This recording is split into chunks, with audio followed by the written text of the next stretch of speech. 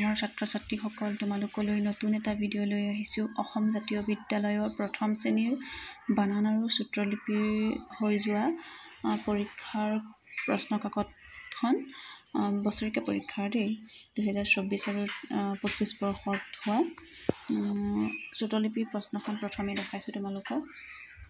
যে প্ৰথম প্ৰশ্নটোত আহিছে 1 নম্বৰত সূত্ৰলিপি বানানৰ উমাল পৰুৱা দুধ নৈ একতা জখলা কপাহ লিখিব আহিছে।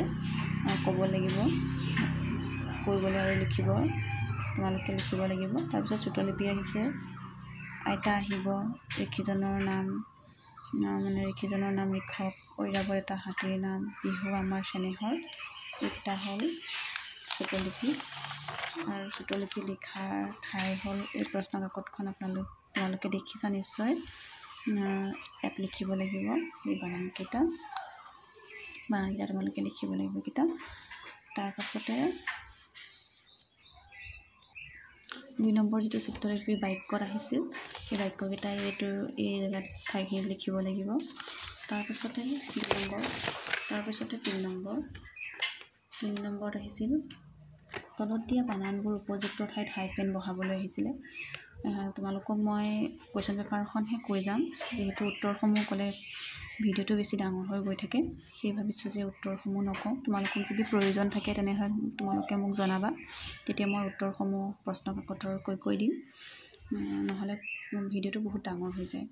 দেখিছাই উমি আহিছে, হোৱা আহিছে, হাইফেন বহাবলৈ থৰক বৰক জাকজমক, তোমালোকে নিশ্চয় পাৰিছা চাগে। তাৰপিছত আহিছে 4 নম্বৰত বন্ধনীৰ ভিতৰৰ উপযুক্ত আখৰটো বহাব দিছে। ইয়াৰ পৰা এই খালী বাকচটোত ইয়াৰ পৰা কোনটো হয় ইয়াত বহাব লাগিব। 19 যিহেতু 19ত দীৰ্ঘ হয় নিশ্চয় এইটো জানা। তাৰপিছত আকৌ ইগল, তাৰপিছত এইটো অনশনত কোনটো স হয় তোমালোকে জানাই, তালব্য স। তাৰপিছত এইটো থেকেৰা, শেষৰ শব্দটো আহিছে থেকেৰাত, এইটো তোমালোকে জানাই দন্তথ হয়। এনেদৰে তোমালোকৰ বন্ধনীৰ ভিতৰৰ পৰা খালী বাকচটোত লিখিব দিছে। তাৰ পাছতে আহিছে উপযুক্ত স্থানত চন্দ্ৰবিন্দু বহুৱাই তলৰ শব্দকেইটা পুনৰ লিখিব দিছে। তোমালোকে জানাই বাঁহীত কোনডোখৰত চন্দ্ৰবিন্দু হয়, হেঁচা, তিতা, চপা, তাৰপিছত বৰকা, এইকেইটা আহিছে চন্দ্ৰবিন্দু বহাবলৈ। তাৰপিছতে 6 নম্বৰত আহিছে উপযুক্ত স্থানত ঊৰ্ধ্বকমা বহুৱাই পুনৰ শব্দকেইটা লিখিব দিছে। তোমালোকে নিশ্চয় জানা ঊৰ্ধ্বকমা বহুৱা কথা। তাৰপিছত মহ আহিছে, থলা আহিছে, কোট আহিছে। তাৰপাছতে আহিছে বহাগটো ঊৰ্ধ্বকমা বহাবলৈ আহিছে। 7 নম্বৰত আহিছে যে বন্ধনীৰ ভিতৰত থকা শুদ্ধ বানানটোত শুদ্ধ চিন দিবলৈ। টং বাজে কাহ, কোনটো কাহ হয় শুদ্ধ চিন দিবলৈ, এইটো কাহ হয় তোমালোকে জানাই। জীয়াজনী কৰিল কোট। তাৰপাছত বাৰীৰ কুঁৱাত বেং ৰজা, কোনটো কুঁৱাত হয় তোমালোকে জানাই নিশ্চয়। তাৰপিছত এৰী পলু এৰা পাতত নে তাঁতত হয় সেই কথাটো তোমালোকে জানাই। ইয়াত শুদ্ধ চিনডাল দিবলৈ আহিছে।